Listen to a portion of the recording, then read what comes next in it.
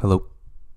Hello? I hope you guys are ready for some knowledge dropped on you today, because that's exactly what I'm going to give you. Today, I'm going to give you the top 4 most important things I've learned about the 800 over all my research and few years of running the event. For just a little bit of context, in my sophomore year of high school, I decided that I actually hated cross country and I couldn't run it.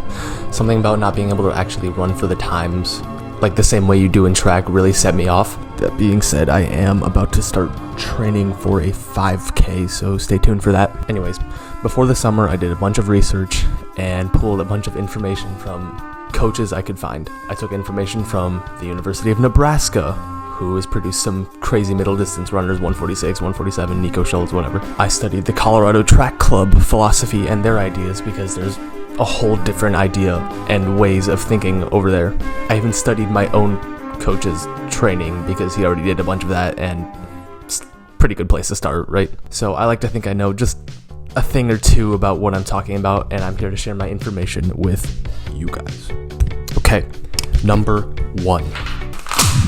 Endurance is not everything in the 800. So what do I mean by that? Well, this is talked about a lot by people that like to study the 800. People often like to think that the 800 is 50-50 energy systems, 50% aerobic, 50% anaerobic. But what I like to think about it is that the faster you get in the event, the better you get at the 800, the less aerobic it gets, because the event's getting shorter, right? It's just kind of an intuitive way of thinking.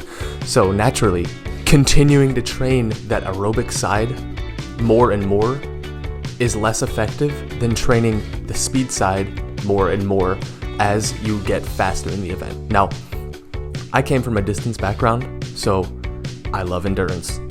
It's what I started getting faster with first, but as you get down faster and faster, you need more speed to handle it. You can't always rely on endurance. That actually brings me perfectly to my second point.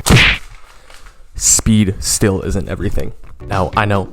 All right, you may be thinking, then what is everything? If it's not endurance, if it's not speed, then what is the 800? It's nothing.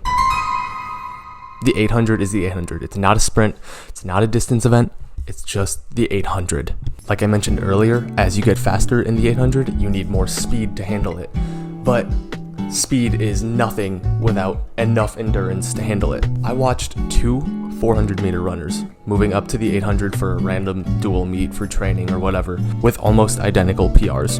The first one went out in a 59, the second one went out in a 60, they were together. But whether it was grit, or what I like to think it is, endurance, the second one closed in a 74, while the first one closed in a 62. That is a world of difference. Now, I can't know for sure, but if I had to guess, the first runner had to have had a background in endurance sports as a kid, or he was just naturally more enduring. That actually brings me to my third point, which is find your energy system, whether it's endurance or it's speed, and work with it. Now, this kind of contradicts what I said like just a minute ago. Endurance is still a great place to start. It will get you so far in the 800 as long as you're willing to really work it. But train both, focus on one. You will always need both. You cannot live off of one, so train both to some degree. Almost every top 800 runner has an energy system they like to pull off of more than the other. Cooper Lutkenhaus, 17-year-old USA champ 2 times, might have heard of him, has a current 800 PR of 142.08. Cooper pulled this time off with a 1500-meter PR of 3:45. That's no slouch of a time at all, right? Don't get me wrong. But compared to his 800, that's nothing. That is a world of difference. However, Cooper also has a 400-meter PR from high school, which he's still in high school, that doesn't mean anything, from a while ago, of 46.3. This time is good enough to support the speed he needs to go out in 50, 49 high, and close in a 142. On the other hand, there is Emmanuel Wanyoni, the reigning world champ, tied second fastest all time, I believe, and he's been working on his 1500-meter PR in an attempt to break the world record. His current PR is sitting at 3:34.11. That is so much faster than Cooper, but they run almost identical times this season.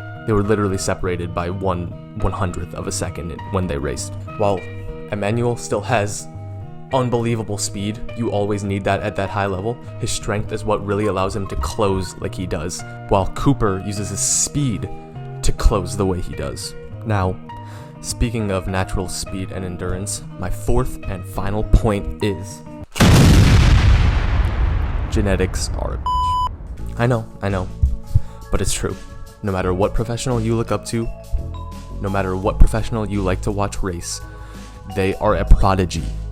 They are the best of the best of the best, because you need to be to get to that level.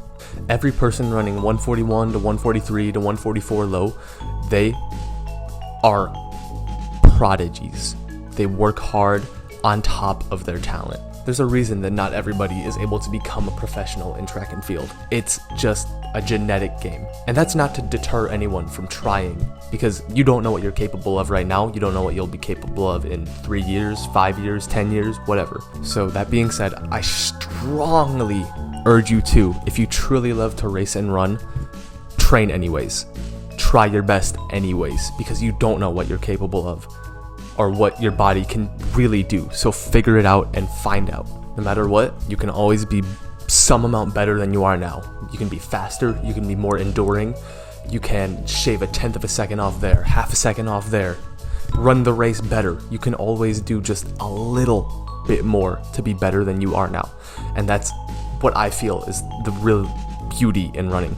Anyways, that was the 4 most important things I've learned about the 800 over my time, and really running in general to some degree. Thank you guys so much for watching. This video took a lot of work with these amazing drawings. It would really mean the world if you guys would subscribe, leave a like. It helps out the channel so much.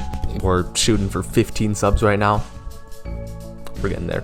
Let me know what you guys would want to see, and stay tuned for my new journey in road running. Okay, see you guys next time. Bye-bye.